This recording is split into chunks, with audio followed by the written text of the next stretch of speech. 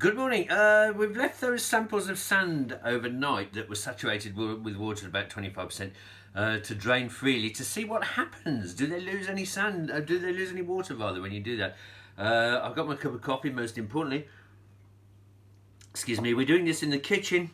So of course for the last day or so everything's been covered in sand and we've all had sand in our sandwiches.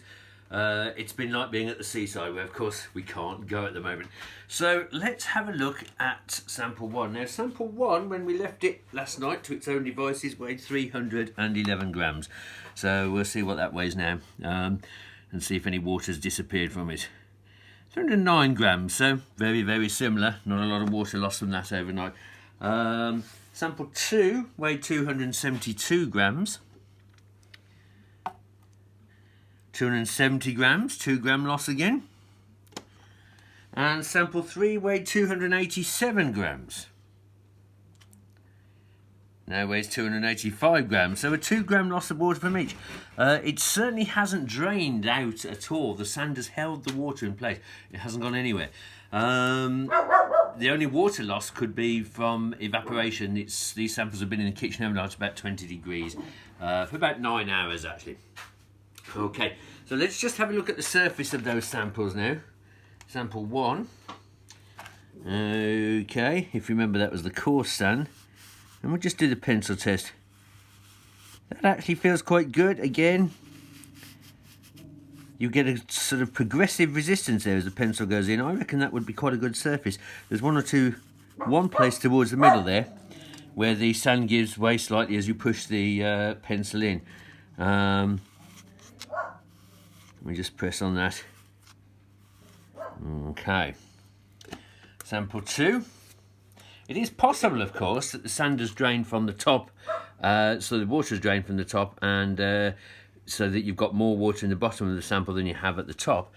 But it's probably not done that. The water has probably been held by the sand particles. Okay, sample 2 now.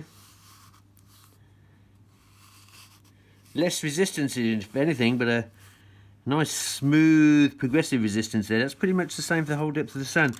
We'll try this again later with a much deeper sand sample, perhaps slightly more realistic. Again, you can make an impression in the surface of that quite easily. Sample 3 probably represents pretty much what's on a lot of tracks. This is part worn sand. Okay. That actually comes out possibly the worst of the samples, surprisingly enough. There is that underlying layer there where the sand gives way as you push the pencil into it. So you get good resistance at first, and then the resistance actually reduces as you push the pencil in there very slightly as you get to the deeper layers. Let's just try the... Interestingly enough, that actually feels the hardest of all 3 samples. It's got the least give in it as you actually press on that surface. Also, interestingly, the impressions that I've made with my fingers don't show in the surface of sample 3, whereas they do in the surface of sample 2 and they do in the surface of sample 1. So sample 3, which is the part worn sand, actually comes out the worst on this test, which is a big surprise. Okay, thank you.